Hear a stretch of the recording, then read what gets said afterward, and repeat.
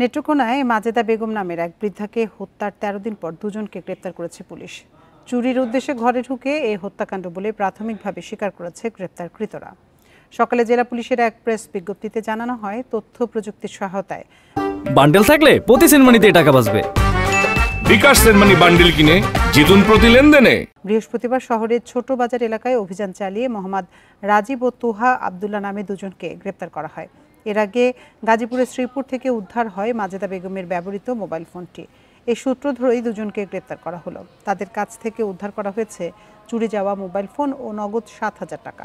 গত ২১ মার্চ নিজ বাসা থেকে মাজেদা বেগমের মরদেহ উদ্ধার করা হয়।